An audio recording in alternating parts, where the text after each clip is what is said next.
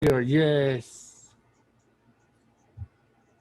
Now I believe it's recording. Is this being recorded? Somebody see the, one moment, please. Stop sharing. Just, yes, it's being recorded. Now, let me share again. Sorry for this. Somebody arrived. Share screen. And I'm telling you this.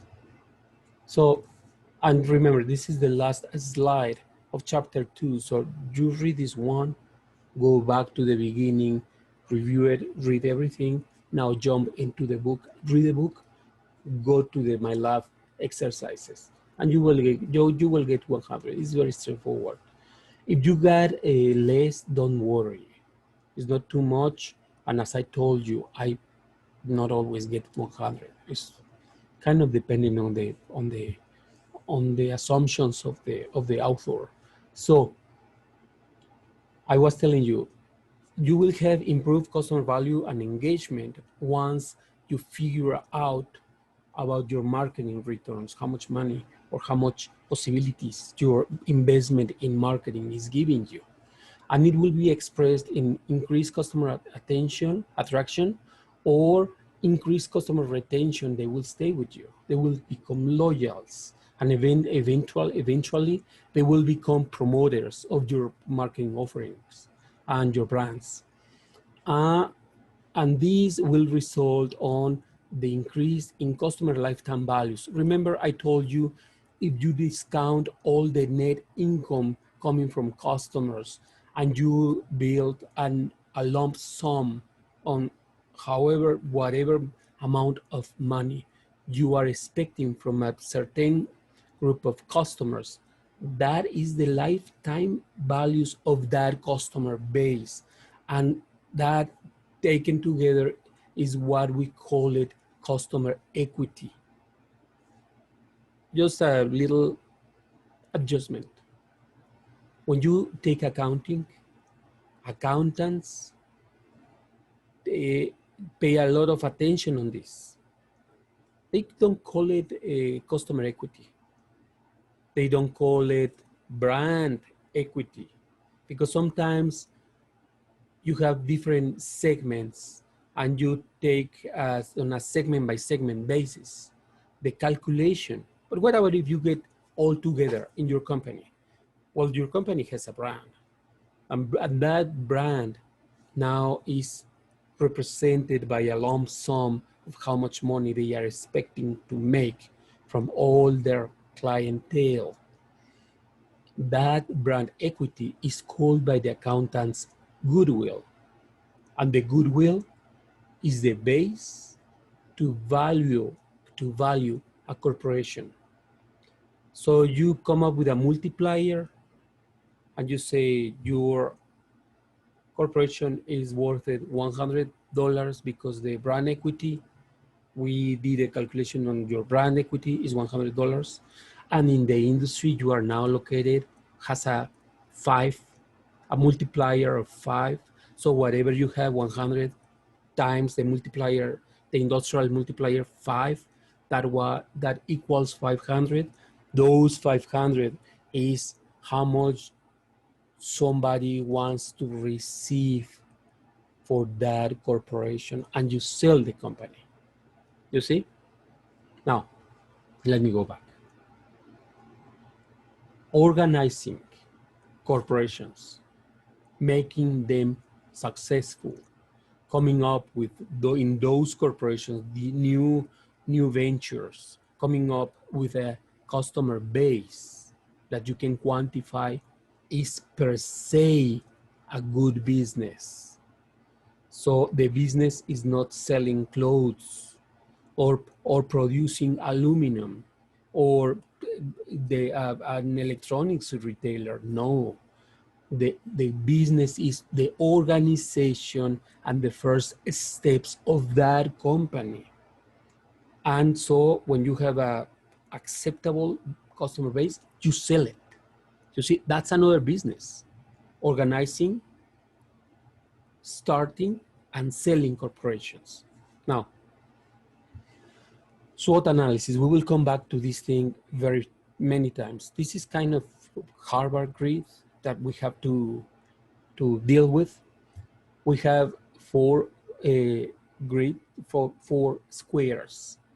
In the first square, up left, we have strengths. Strengths from what? Okay, the SWOT analysis is about the analysis of your organization. The SWOT analysis is applicable to everything. It's applicable to your own life, to whatever you are doing, to the measure you are taking today. You can run a SWOT analysis and come up with an analysis to decide something, if you want to stay in that measure or change. So in the SWOT analysis, you have the strengths. And the strengths are internal capabilities that you, your corporation, the organization already has. And it will help that organization to reach the goals, first the objectives and after the goals. And in that way, fulfill its mission. Those are internal. Those are things that organization or yourself know how to do and you are good at it. Okay? If you are good at something, so you have opportunities below. If you go below, you have the next quadrant, is opportunities. The opportunities are external factors that you find in the industries that you can take advantage of because you have an internal strength that can use that opportunity to succeed. But watch out, because also as you have internal strengths, you have internal weaknesses. And those internal weaknesses can be matched sometimes, unfortunately, with an external threat. And there are more threats than opportunities for that specific corporation, given its internal weaknesses and strengths. So you may fail. So that's a good time to bring somebody smart to reinforce your business processes, or just sell it. Get rid of that corporation or that organization. Or in the case you are studying this major that sounds like nice, but you are seeing you are not that talented. You have many weaknesses, and the threats are quite large because probably there are no job opportunities after you finish, and the few opportunities you find are volatile. Move from there. Move from there. That's the reason of the SWOT analysis, and especially in the Harvard Business School is when they love this analysis. It's kind of one of the reglementary analysis you will always find in the Harvard business cases. This class, somebody in your class, I was talking to somebody, and she was telling me, well, you know what, I want to do a business. Well, probably today you are broke. You are broke. You don't have much money. It's okay. You are in a wonderful place. You are in the US. Eventually you will get the money. You will find the money. And even if you don't get it, you will find somebody who will borrow you, from whom you can borrow money to come up with a business. So if you have a business idea, during this class, put aside a notebook, write down your ideas, but you need a framework. This is the framework. This is the parts of a marketing plan. You will have an executive summary. You have to analyze the market. You will learn eventually how you do that. You will have to locate what threats and opportunities exist. Okay, now which are the objectives of your business, and what issues can you encounter when you are trying to reach that segment, your target? So you can figure out, just write it down, the marketing strategy, which action programs you would like to try, and very important, everything in numbers, how much money you need, and how you are planning to control all your business on writing on a notebook. When you finish the class, doesn't matter your age, for Christ's sake. Michael Dell had your age, well, probably younger, probably older. He was about 20 years old. He was sent to the University of Texas in Austin, and his father was very strict with him. So he used to visit him on campus. He was living in the dorms, but he liked the computers.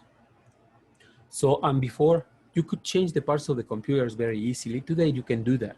But for example, the hard disk in his years, in the 80s, they have to be formatted before. Today, that's transparent, so you don't see it. But in his years, the new owner of the computer had to install everything. So he started by formatting hard disk, but out of the blue, his father would come to the campus. He would visit his dorm. So he would put below the bed and in the closet all the computers he had there that he was charging to format the hard disk. And he was just starting. He was a freshman in UT Austin.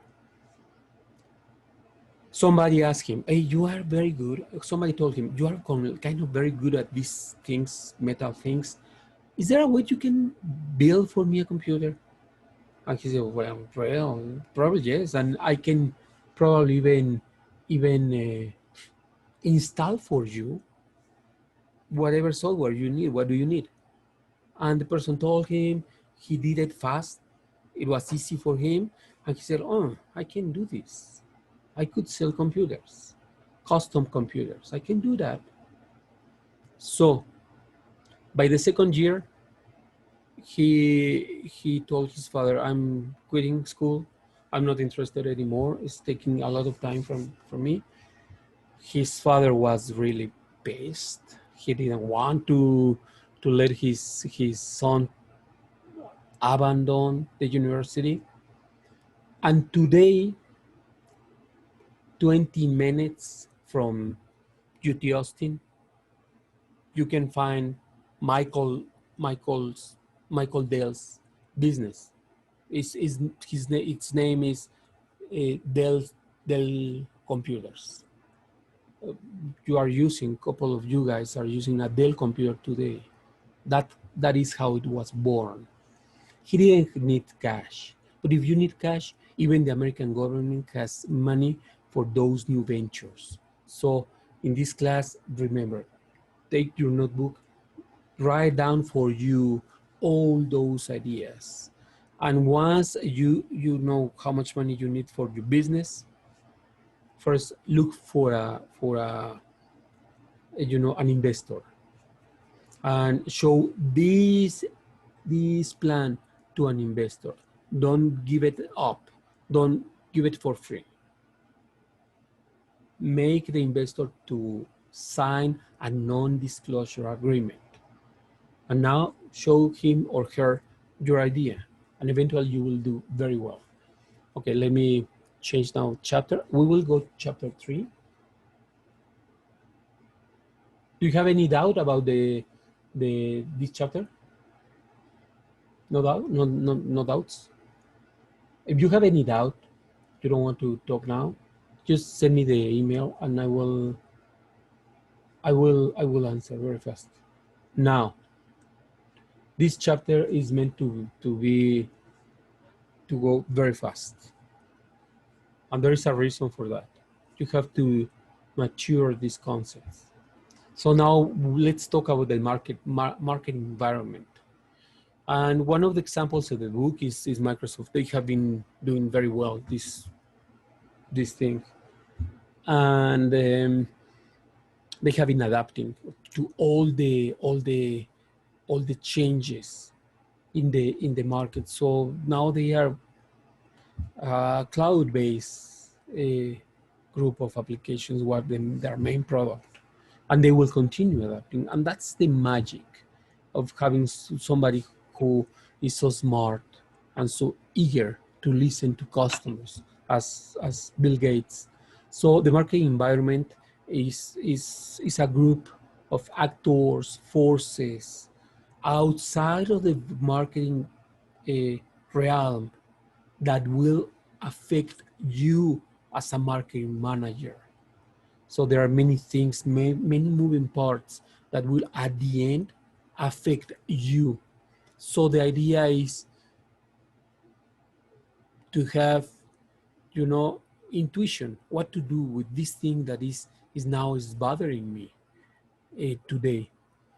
And there are two groups. Is first the micro environment. And those are the actors close to the corporation.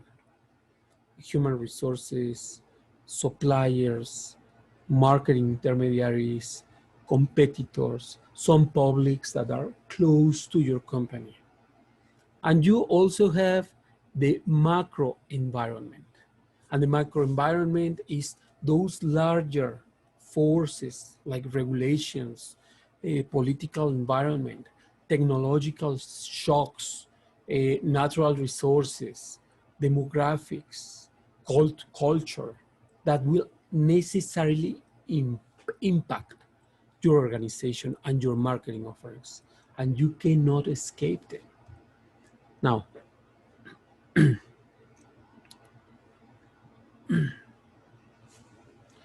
so the microenvironment, as I told you, is the company, it's all the people working there, their internal processes and their internal policies. Those will impact your marketing efforts. Sometimes you will find out that there are so many, so useless corporate policies that they are only in the middle of you and your customer, and you don't get it. But somebody will explain to you, well, probably controller will tell you, that's the way we produce the billing. All our clients have to go through that exact billing process. Accept it, live with it. But it probably is, you know, it's in the middle of you and the customer, but you cannot get rid of it. You cannot get rid of the CEO or the CFO. So you have to adapt yourself. Another part is another actor is are the suppliers. Sometimes the suppliers are not as well intentioned as we would like to, in such a way that we can serve well our customers. So you have to live with them. Also, another part is the marketing intermediaries. Probably you finish your product, you sell it to the retailer, and the retailer is just, they just employed somebody who just don't get it, don't understand the business. It happened to me once. I lost a very important client once because the market intermediary was just completely unqualified. And it was not my fault, but I received the financial impact for that. And I was really, really mad. Another another actor of the microenvironment is your competition. Your competition is closer to you than you think, and it's kind of terrifying. And it's not about becoming paranoid. It's just as it goes. It happens in that way. So the competitors will try always to make your life difficult. Just accept it, deal with it, move on. Now there are the publics. There are specific groups of pressure that will try to impose, to be there, to influence your decisions. So they are kind of it's annoying to have them, but they also are giving you legitimization. You go to the house, to the new girlfriend, to the new boyfriend. You try to be nice and to find an ally, which always is the mom, the father, the grandmother, somebody else. You are trying to bring that ally to your realm, to your sphere of influence, to become friends, because you want to have legitimization in that house, to be acceptable, and accepted. And that public will help you to do that. And that's the reason you are doing that. That happens also in marketing. You are trying to bring the mother-in-law and have her in your side. So you have this pressure group outside of your corporation, which is an ecology-oriented group. So you try to bring them with you. So you are a team. And now the last actor, most important actor in the microenvironment is your customer. Your customer is close to you, and the customer wants to fulfill their needs, wants, and demand with you. The customer is giving you the chance. So you have to be aware that the customer is inside of your microenvironment. Is not an externality, is not a nuance, is not somebody who's coming just to make you lose time. You want them to be closer to you. Let me approach a little closer. So I told you about the internal control procedures in the corporations. Well, just think about it.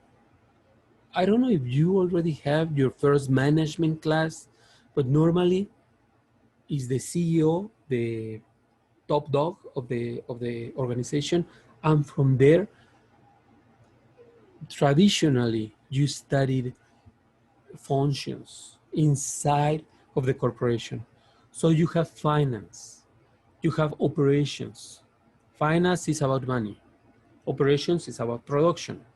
Marketing, which is about customer awareness.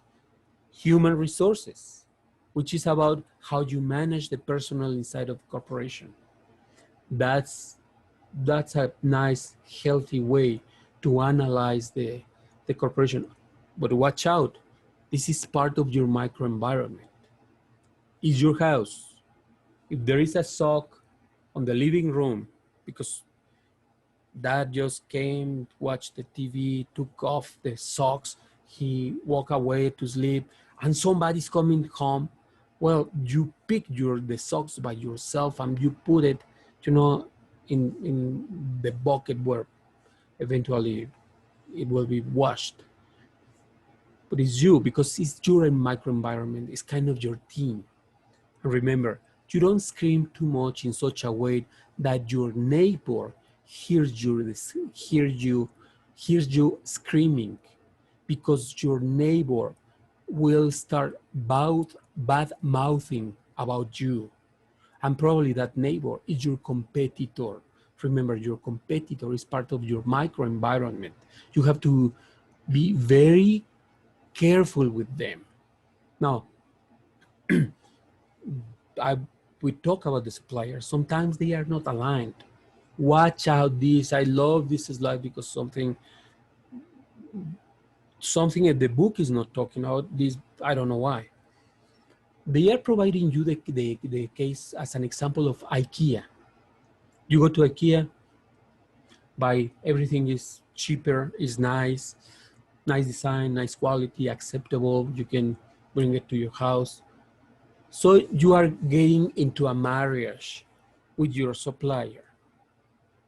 If you are using IKEA for your stores, to place an example, to give you an example, Watch out, because these guys have been accused before of child exploitation. So your suppliers are part of your microenvironment, but also their name. And if you don't, if you don't be if you don't be very, very careful, if you are not very careful, that name will damage directly your customer base. That's the reason in business, the first thing we do in business is in the mornings when you wake up to take the coffee, bring the coffee, to read the news. Because if something is happening to your supplier, you have to immediately act. Immediately.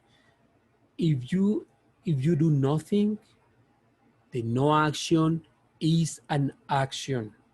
Watch out. You can argue, no, it's not my problem. Well, your no action is an action, and your no action is giving the supplier legitimization for their acts. That means if you are using IKEA as your supplier, probably people will say, well, it's because you agree with child exploitation. And probably you don't want that. Now, we talked about the marketing intermediaries. The book gives you a very good example that is not, they should explain more. Coke, you know the size of Coke, the actual size of the corporation is pretty small. They just sell the syrup, only the syrup. There are only two people in this world who know the original recipe to produce a Coke. They are forbidden to travel together, because if they travel together and the plane goes down, the formula, the Coke formula, will be lost forever. So they are obliged to memorize the formula, the CEO and one of the members of his board. And so they only prepare the syrup. When you go to McDonald's and you pick a Coke and you push the bottom or drag down the lever, there are two bulbs, one with water with gas, and the other with a syrup. And the syrup was prepared directly by Coke. So how do you go to Walmart and purchase a Coke? Well, the name in English, I think, is bottlers. They buy from Coke the syrup, and they have the concession of exploitation of one specific territory. And that's how Coke makes business. They give business to some concessionaries or retailers or franchisees, and these guys charge you the Coke. They sell it. They produce it probably in Casper. They bring it to here to Laramie, to the Walmart. You purchase from there. But these guys in Casper is Mr. Smith, who has a franchise contract with Coke. Coke is selling the syrup.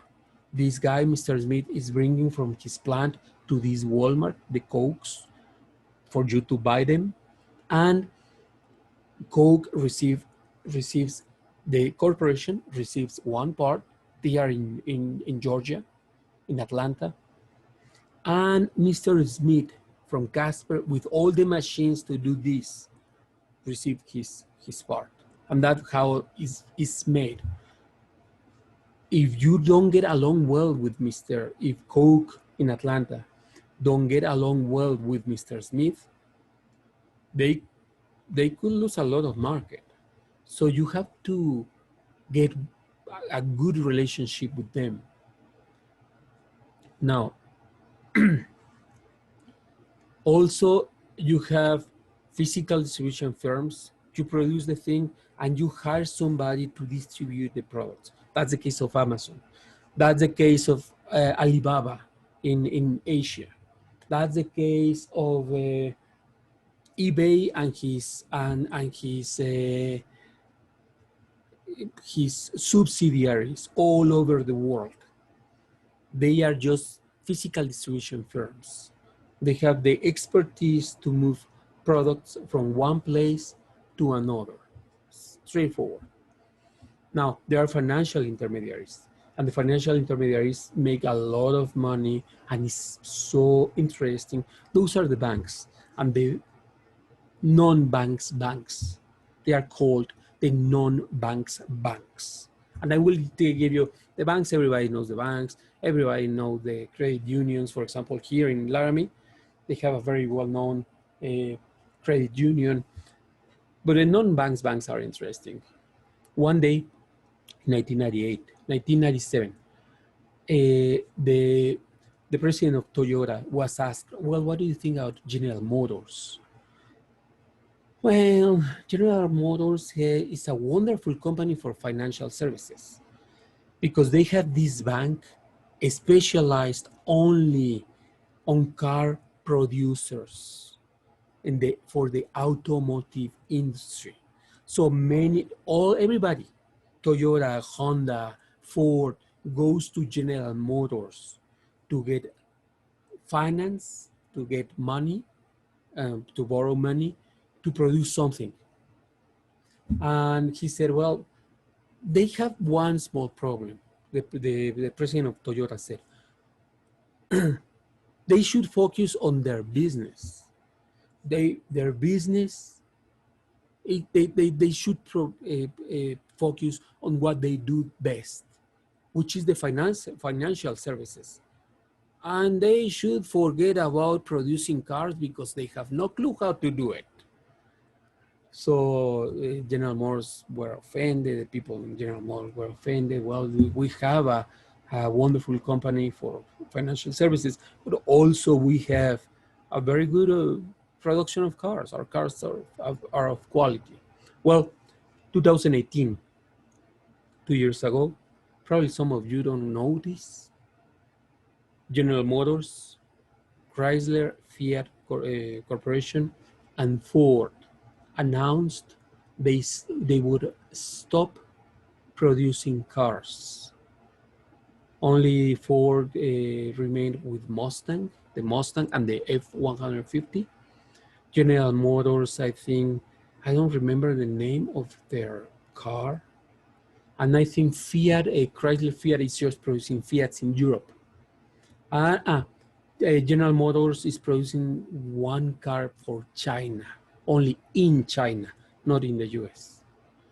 They gave up the market of the cars to the Japanese and the Koreans and the Germans, not even for the French people, not even for the British. That's pretty much how it happened. Well, now, that's about financial intermediaries. Give me one moment, please. Let me move on. This is this one. So the competitors, as I told you, is part of your microenvironment, and just watch out because they are the next house. They are the next department. And whatever you do wrong, just be silent because they can hear you through the wall and they will pass it to your publics. And the publics, you have many publics. You have the financial public, which is the financial community that is watching you, what you are doing, and that may affect you by just raising the interest rate. The media publics, they are thirsty for gossip. So watch out because they are always with their paparazzis trying to figure out what you are doing, why you are doing that, and what will happen to you. The government publics, they have auditors. You have three partners, three partners, like it or not. You have the investors. If you are lucky, you are part of the investors, but you have the employees. probably as a preferred stockholders, and you have a third food that nobody likes them, but it's your partner, it's the government, and it's your partner at the 35%. Although these 2-3 years have been 21%, eventually it will come back to 35%. And if you are Canadian, it's 49%, the maximum tax rate corporations pay and wealthy people pay in Canada. There is a trade-off, of course. They have free healthcare, education is very, very cheap, although they have the best professors. Well, Citizen Action Publics, you have these groups, especially those guys in the ecology initiatives, the Kyoto Agreement. In marketing, we treat these topics in macro marketing. I will talk to you about that later, in chapter 4, I think.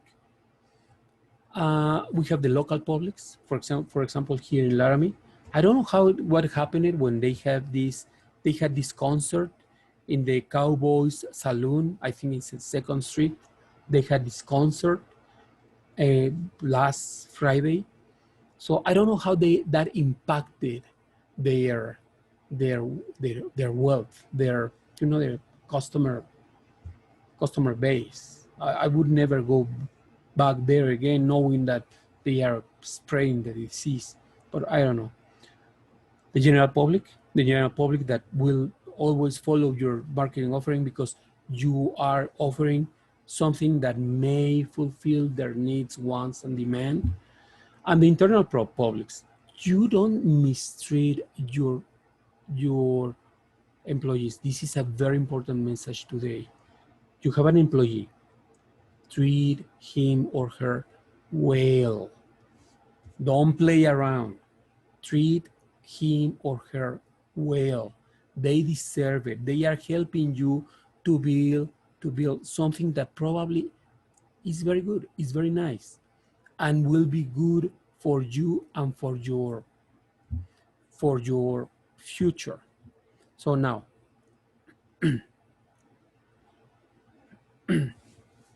you have the consumer markets. We call them B2C, okay? Remember that. B2C, business to consumer. Number one. You have business markets. When you sell to another corporation, you are the supplier, and we call it B2B. We have the reseller markets, and we don't know if it will be B2C or B2B, but it's a reseller market. Case of Walmart, case of Amazon, case of Kohl's, case of Sears, JCPenney, Macy's. We have the government markets. And in the government markets, I'm talking not about your partner through a tax rate. I'm talking about them because you sell to them. Alpha Industry. If you want a nice military coat, go to Alpha Industry. That's a good example. However, there are other producers. For example, there are many examples. Many very interesting examples because of the quantity of money that they manage there. But for example, those guys, Martin Douglas, the guys who are producing the missiles, those are in Arlington, Texas, and you can see them. It's just a corporation selling to the government. And you have the international markets. And probably for an international market, you change your marketing offering. Good way to learn about that, go to Amazon.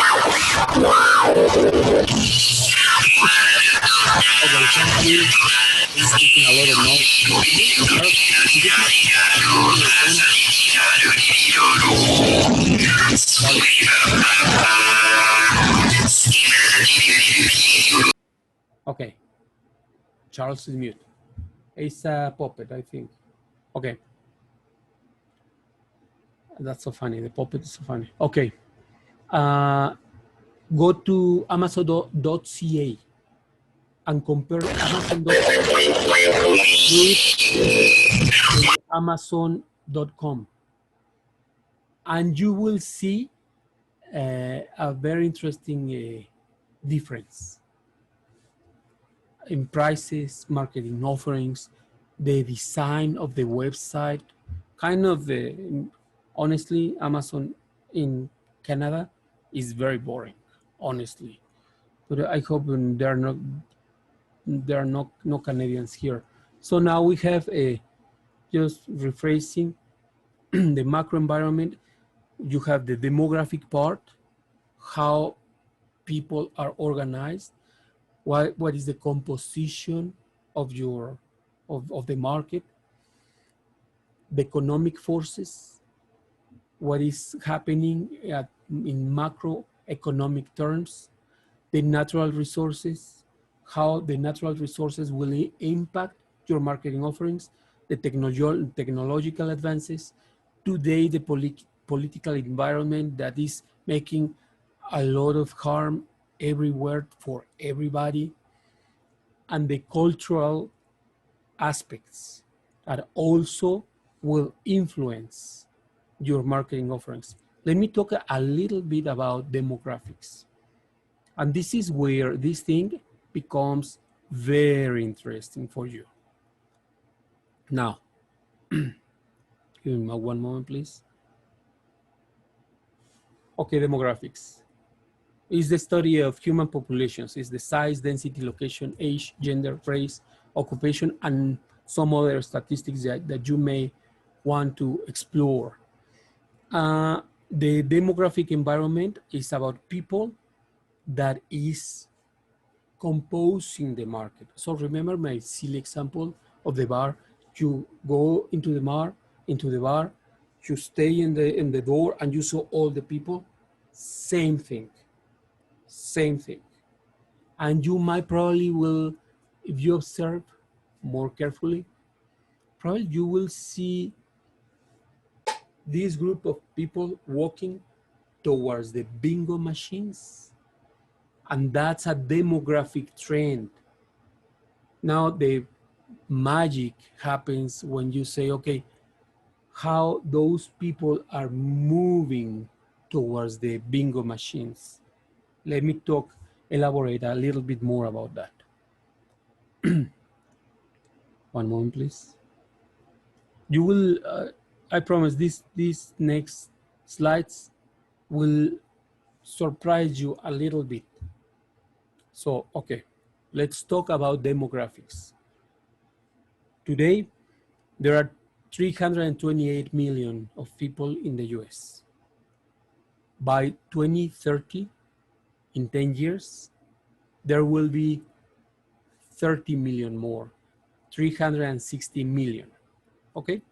Now, the baby boomers, probably your parents are in this generation.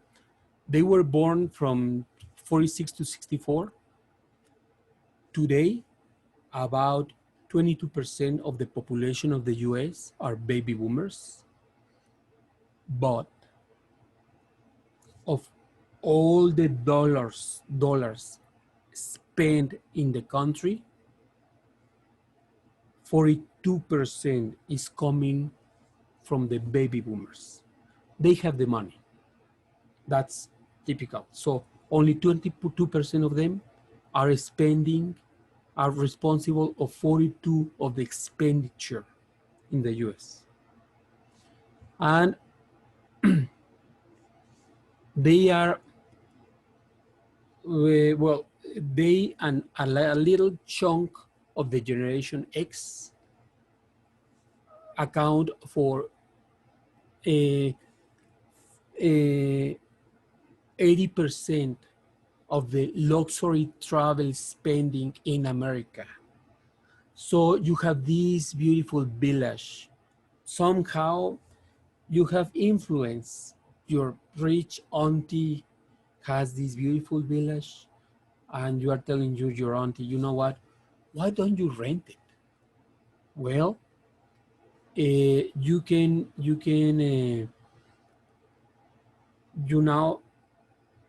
figure out that if 80% of the luxury travel spending in America is made by the baby boomers and a small chunk of the Generation X, which is adults that are now today 50 or older. So you know which one is your segment, and you know how now figure out how to target them. Now the Generation X, from 65 to 80, those guys are 55 million of people in the US. They are more cautious about how they spend their money, and they are more skeptical. And they are skeptical because they were the generation that witnessed it from a paper-based world, from an electronic internet of things world. Though that generation made the change. So they are more skeptical. It's not that easy to sell them. To those born from 81 to 96, those are 75 million today.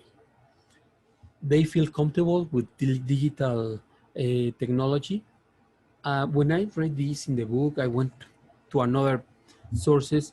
It was hilarious to me, but they seek authenticity, they seek value, and they seek opportunities to shape their own brand experiences. And those experiences are shared with other people. So and I believe I understand what happened. Baby boomers were a paper-based uh, generation, and the communication among them was slower. And actually, that's a very good recommendation I'm giving to you. When you send a thanks note to somebody, especially if you are looking for a job, you receive the interview, you leave the place, you have to send a thanks note. It's kind of standard, get used to that.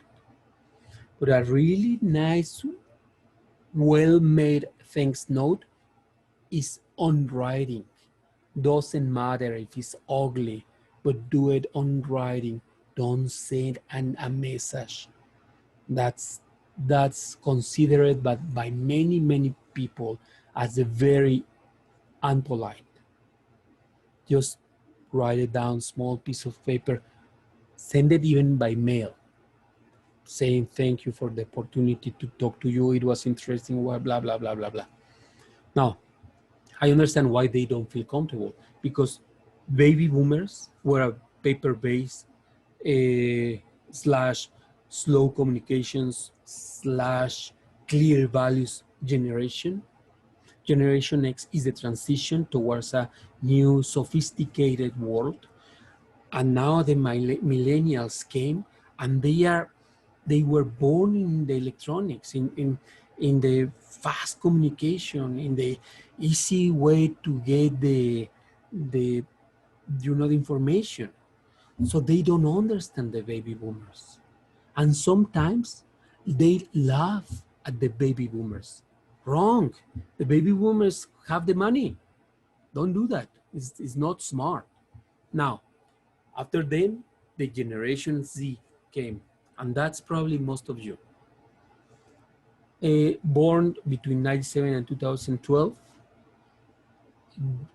those are 80 million, and is about 26% of the population in the US.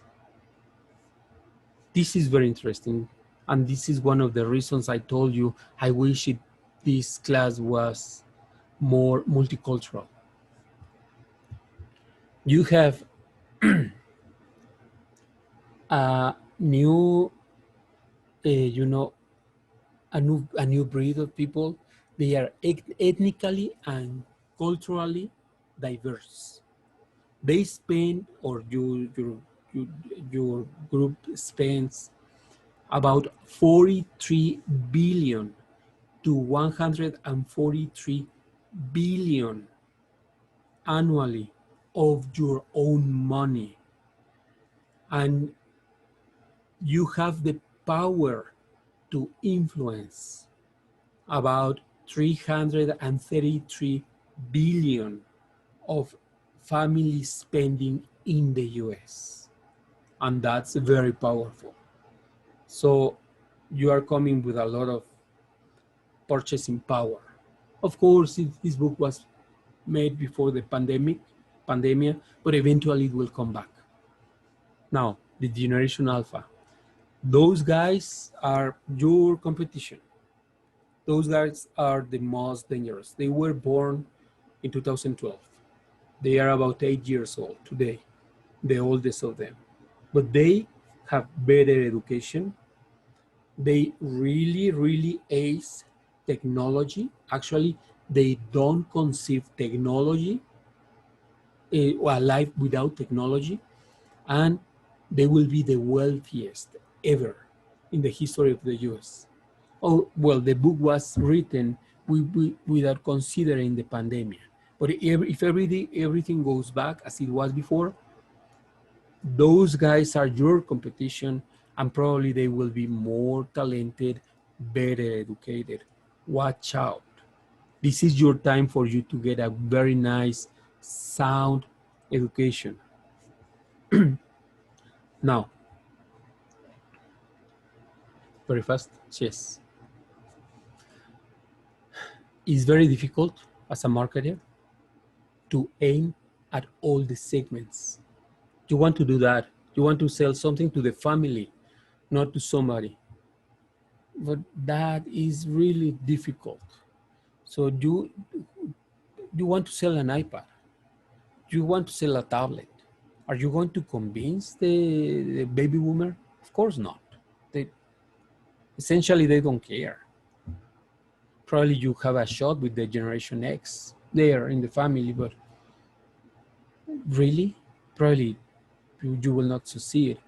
Probably you want to go with the youngest generation. Probably they don't have the money.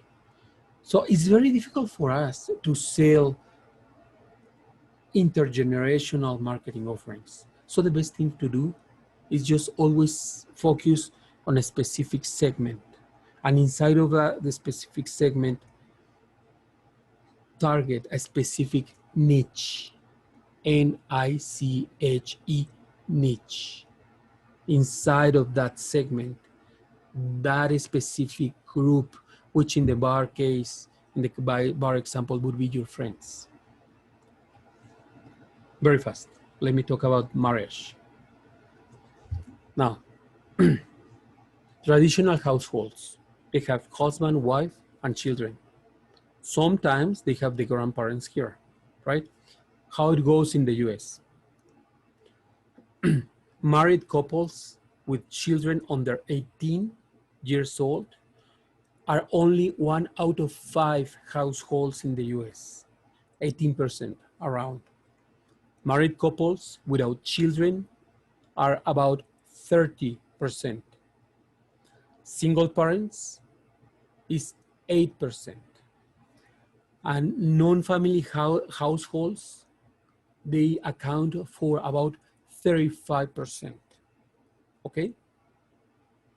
Watch out, these are not the times the baby boomers or even the Generation X thought it was going to be in the US.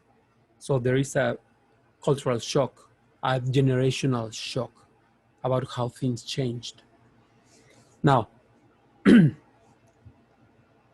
62% of the households are dual income households. Men and women are working. Households with only the male working is 28%. And something that is makes me a little uncomfortable is that because they are not well paid, they should be paid as anybody else. And I believe inequalities have to be solved. Women make up 57% of the workforce today, even though they are not paid equally. And that's bad, that's wrong. Now, These are interesting things you have to know. About 10% of the US residents move each year. They migrate to other places, to other states. Americans have the tendency to move from rural areas into metropolitan areas. That's kind of the same tendency for many years. What is happening today in the US is, especially for those who have the doubt to go to school, in 2012, 88% of the US, about 9 out of 10 who were 25 or older, completed high school.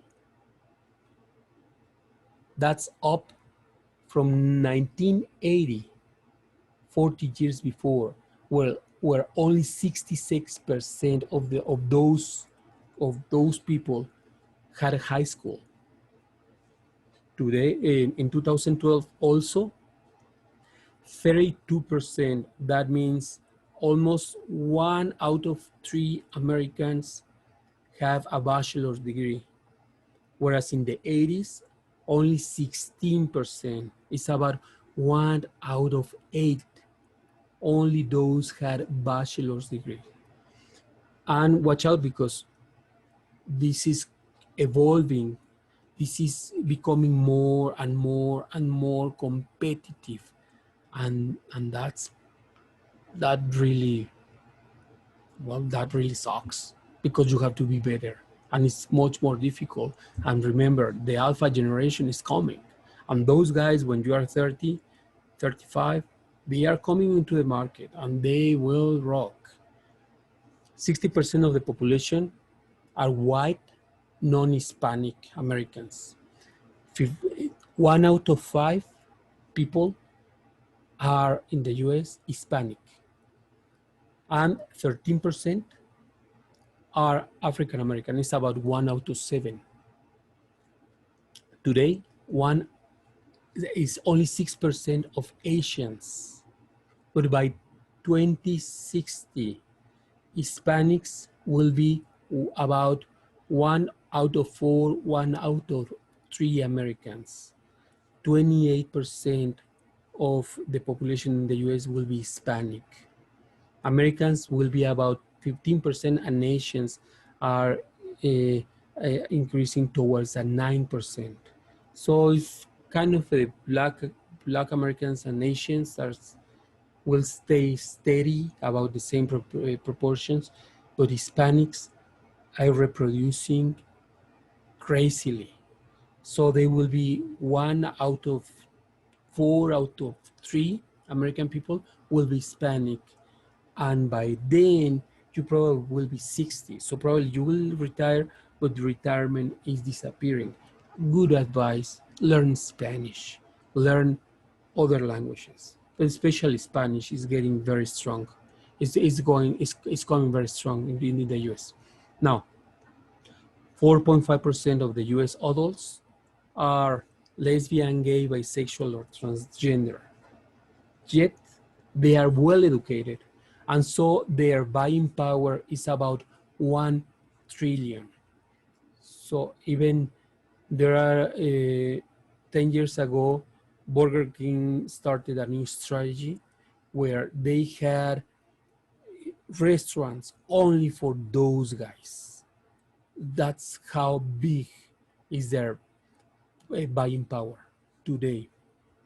And about disabilities, this is bad. 1 out of 4 adults in the US has a disability, and they will spend from 200 to 500 billion in annual spending. That's kind of, and they spend a lot of in business or leisure trips. They spend 17 billion, and they have 73 million users.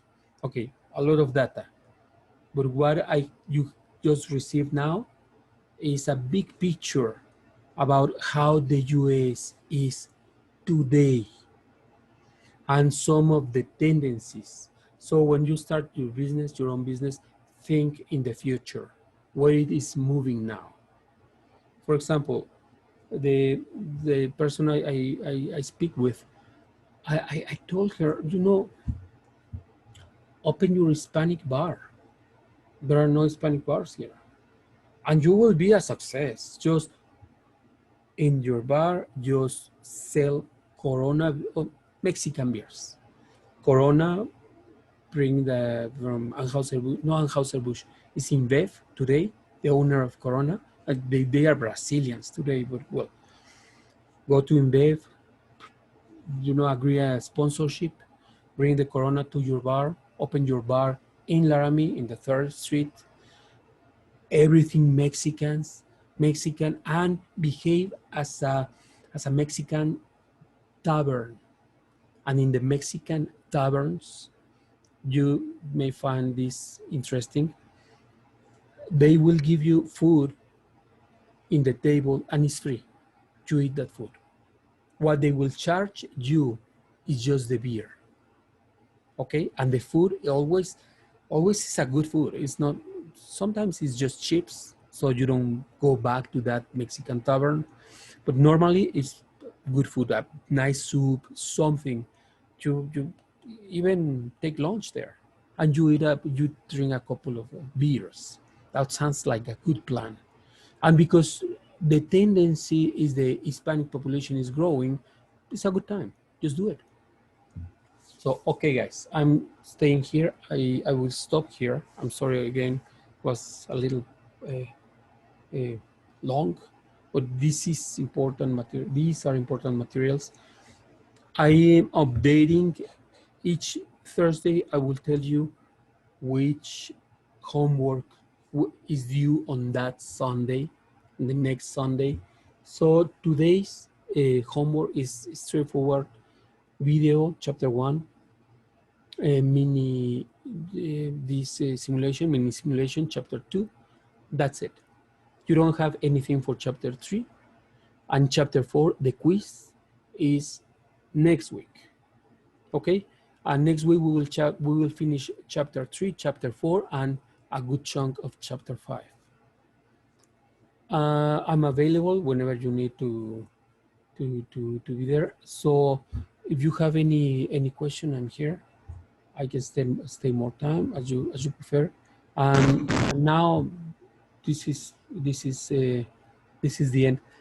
Have a nice week, rest of the week. Watch out, don't go to parties because you may be expelled from the university.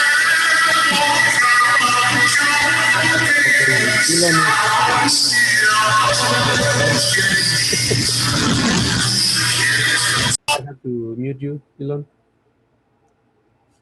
Any other question? Any other question? No questions? Okay, guys. Thank you very much for the class, and I will see you soon. Thank you. Thank you.